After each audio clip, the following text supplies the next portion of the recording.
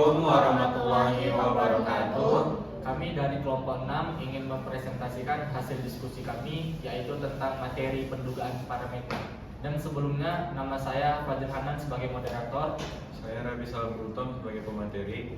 Saya Ratu Tata Fadila sebagai pemateri. Saya Alia Rahmayai sebagai pemateri. Kami akan membahas yang pertama, apa itu pendugaan parameter, yang kedua itu jenis-jenis pendugaan parameter, yang ketiga metode pendugaan parameter. Apa itu sih pendugaan parameter? Pendugaan parameter adalah teknik statistika inferensial yang digunakan untuk memperkirakan atau mengestimasi nilai parameter populasi berdasarkan data sampel. Jenis-jenis pendugaan parameter. Dia mempunyai dua jenis. Yang pertama, pendugaan titik parameter berdasarkan hasil pendugaan titik, dan pendugaan interval. Yang kedua ada pendugaan parameter berdasarkan jenis parameter yang diduga, dan pendugaan proporsi. Selanjutnya kita masuk ke metode pendugaan parameter. Metode pendugaan parameter mempunyai 3 jenis. Yang pertama metode klasik, yang kedua metode Bayes, yang ketiga metode maximum likelihood. Selanjutnya akan dijelaskan oleh teman saya. Di sini saya akan menjelaskan tentang pendugaan titik, yaitu metode pendugaan parameter dengan menggunakan satu nilai tertentu sebagai perkiraan parameter populasi. Rumusnya yaitu X bar sama dengan sigma per N. Contoh soalnya, seorang peneliti mengambil sampel nilai statistik dari 5 mahasiswa, 75, 70, 80, 85, 90.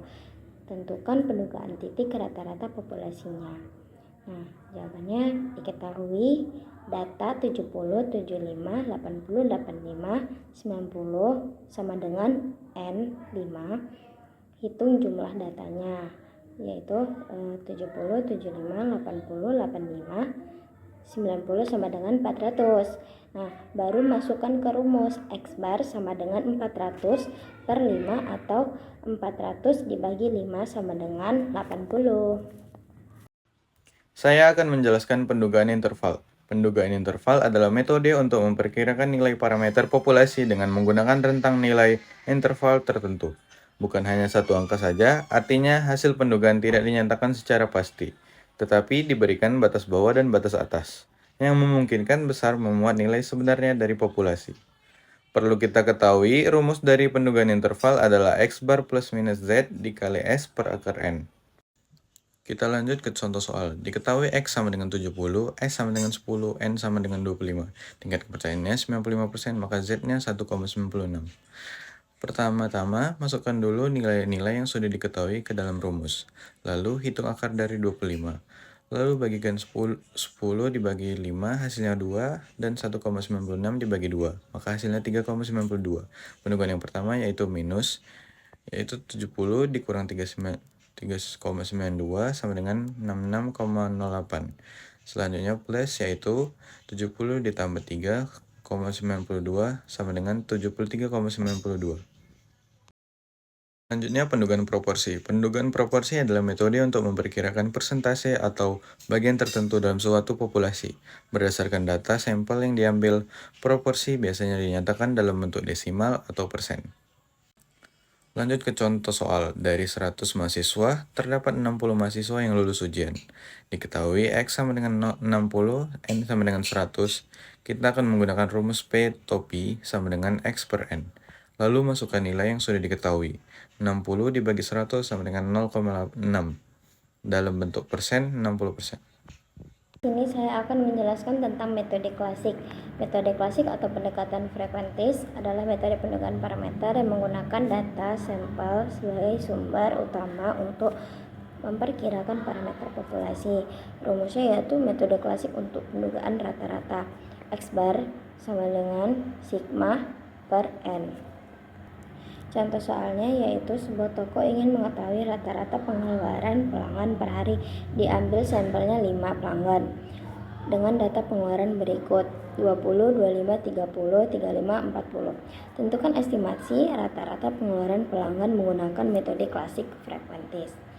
Diketahui X1 20, X2 25, X3 30, X4 35, X5 40. Jumlah datanya N sama dengan 5. Rumusnya yaitu X bar sama dengan sigma per N. Nah, terus dihitung X bar sama dengan 20 tambah 25 tambah 30 tambah 35 tambah 40 per 5 sama dengan X bar sama dengan 30. Selanjutnya adalah metode Bayes, atau yang sering disebut dengan pendekatan Bayesian. Secara sederhana, metode Bayes adalah sebuah metode pendugaan parameter yang memanfaatkan dua komponen utama, yaitu data sampel yang kita miliki saat ini dan informasi awal atau yang biasa disebut sebagai prior. Nah, kedua komponen ini digabungkan untuk memperkirakan suatu parameter atau peluang terjadinya suatu kejadian di masa depan. Metode ini sendiri dikembangkan berdasar teorema Bayes. Sekarang mari kita perhatikan rumus dasar Bayes yang ada di layar. Peluang kejadian A setelah kejadian B terjadi sama dengan peluang kejadian B setelah kejadian A terjadi, dikali peluang kejadian awal A per peluang awal kejadian B. Nah, agar lebih mudah dipahami, mari kita bedah sebuah contoh soal kasus nyata. Misal, sebuah toko memperkirakan bahwa 70% pelanggan akan membeli produk mereka. Namun, setelah dilakukan survei lebih lanjut, ternyata peluang pelanggan membeli produk saat sedang ada promosi naik menjadi 80%. Pertanyaannya, tentukan probabilitas berdasarkan pendekatan Bayesian sederhana ini jika kita misalkan peluang total promosi atau peluang kejadian awal B adalah 0,9. Nah, mari kita pecahkan soal ini ya. Langkah penyelesaiannya adalah peluang kejadian awal A adalah 0,7. Peluang kejadian B setelah kejadian A terjadi adalah 0,8. Misalkan peluang kejadian awal B adalah 0,9. Lalu kita masukkan ke rumus Bayes. Peluang kejadian A setelah kejadian B terjadi adalah 0,8 dikali 0,7 per 0,9. Peluang kejadian A setelah kejadian B terjadi setelah dikalikan 0,8 dan dikali 0,7 hasilnya 0,56 per 0,9. Jadi, jawaban probabilitas berdasarkan pendekatan Bayesian adalah 0,622 atau 62,2%. Selanjutnya kita akan membahas tentang metode maximum likelihood atau yang sering disingkat sebagai MLE atau maximum likelihood estimation. Nah, secara definisi, MLE adalah metode pendugaan parameter yang bertujuan untuk mencari nilai parameter yang paling mungkin atau yang memiliki peluang terbesar dalam menghasilkan data sampel yang telah kita peroleh. Nah, lanjut kita lihat rumus fungsi dasar dari likelihood yang tertera di layar. Fungsi likelihood dari theta sama dengan fungsi peluang bersama dari sampel X sampai sampel Xn dengan syarat parameter theta.